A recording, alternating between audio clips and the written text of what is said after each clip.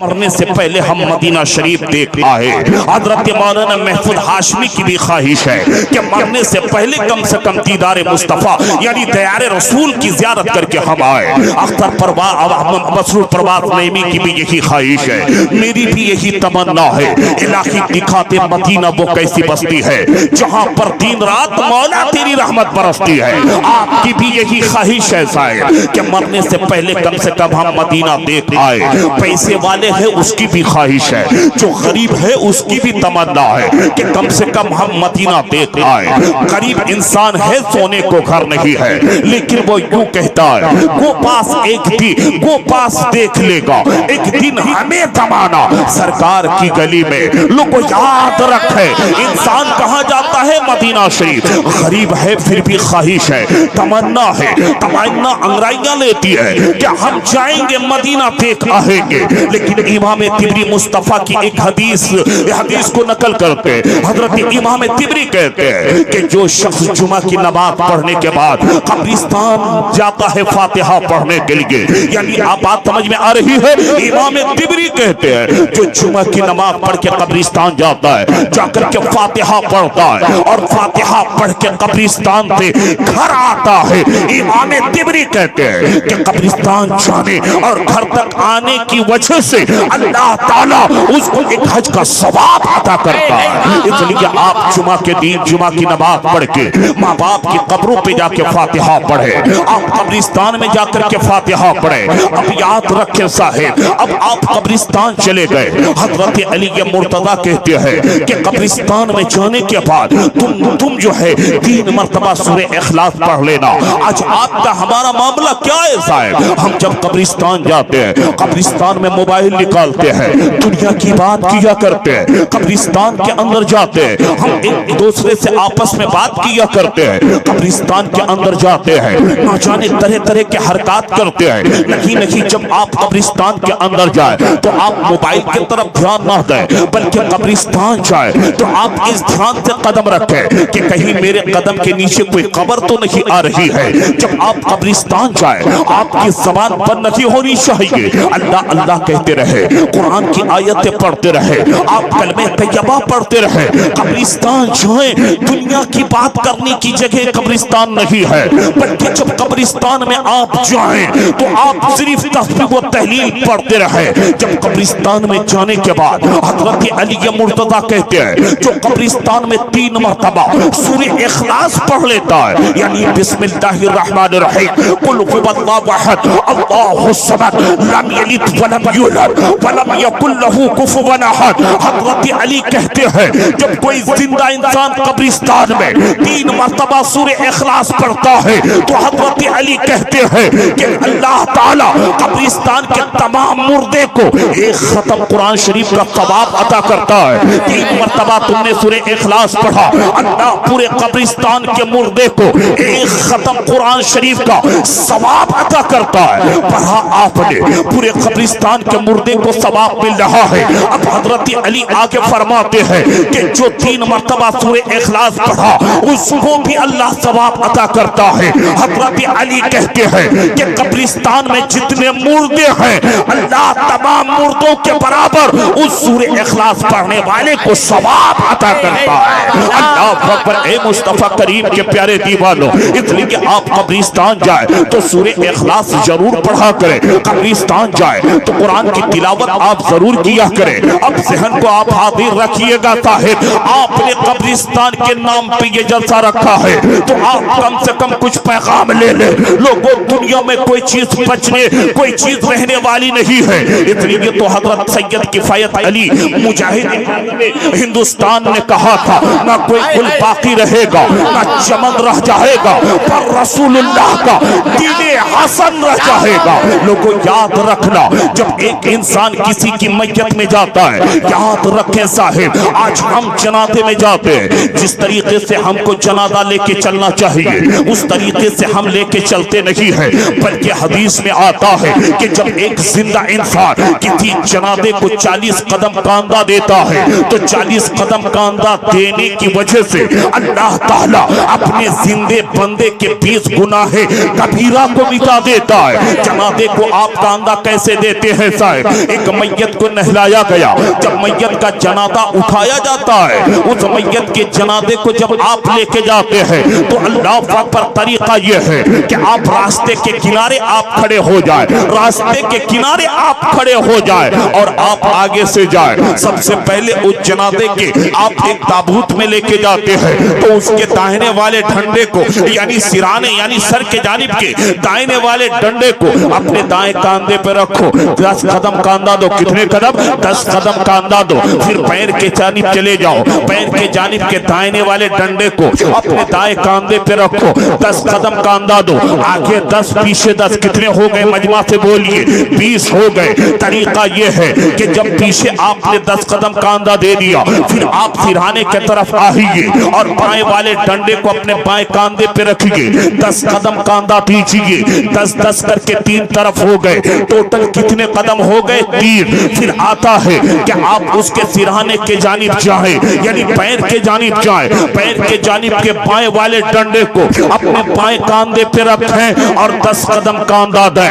چار جانب آپ نے 10 قدم کر کے 4 مرتبہ کاندھا دیا تو کتنے ہو گئے؟ 40 ہو گئے۔ اب نبی فرماتے ہیں جب کوئی زندہ انسان کسی میت کے جنازے کو 40 قدم کاندھا دیتا ہے تو 40 قدم کاندھا دینے کی وجہ سے اللہ اپنے بندے کے 20 گناہ کبیرہ کو مٹا دیتا ہے۔ دیکھو ایک میت کو آپ سے کتنا اچھا ایک میت کو آپ سے کتنا لگاؤ ہے، اور جب آپ میت سے لگاؤ رکھتے ہیں تو آپ سے میت کو بھی فائدہ ہوتا ہے اور میت سے آپ کو بھی فائدہ ملا کرتا ہے۔ لوگوں ذہن کو حاضر رکھیں، جب ایک جنازہ لے کر آپ چلے گئے، جا کر آپ جنازے کی نماز پڑھتے ہیں، ادھر دیکھیں میری طرف دیکھیں، وقت کافی ہو چکا ہے۔ مجھ کو تو ایسا لگ رہا تھا کہ حضرت علامہ نور الاسلام فدائی صاحب نے مجھے کس وقت بیٹھا دیا، شاید میں تقریر کر پاؤں کہ نہیں کر پاؤں، لیکن آپ سن رہے ہیں غور سے،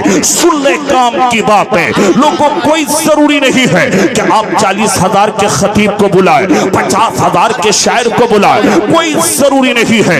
اس لیے کہ محفوظ ہاشمی کم اچھا نہیں پڑھتا ہے، بہت اچھا پڑھتا ہے، مسرور پرواز نہیں بھی بہت اچھا عمدہ پڑھتے ہیں۔ حضرت مولانا نور الاسلام فدائی کی بڑی اچھی نظامت ہوتی ہے، اس لیے اے لوگوں کم سے کم آپ اپنے مسجد کے امام کی تقریر جمعہ کے دن 10 منٹ سن لیں، وہ 10 منٹ کی تقریر آپ کی زندگی میں انقلاب لانے کے لیے کافی ہے۔ لیکن ہم غور سے سنیں گے جب نہ، آپ سنیں تو صحیح ان سے، آپ جلتے کرائیں، جلتے کر کے پیسے بچائیں، ان پیسوں سے آپ اپنے مسجد کے امام کی تنخواہ بڑھا دیں، اپنے مدرسے کے مدرس کی تنخواہ بڑھا دیں۔ جب مدرسے کے مدرسین کی تنخواہ آپ بڑھا دیں گے، آپ کا بچہ اناری نہیں رہے گا، بلکہ آپ کی مسجد میں نماز پڑھانے والا، آپ کے مدرسے میں پڑھانے والا آپ کے بچوں کے پیچھے محنت کریں گے۔ اس لیے تنخواہیں بڑھائے۔ یہ 40,000 والا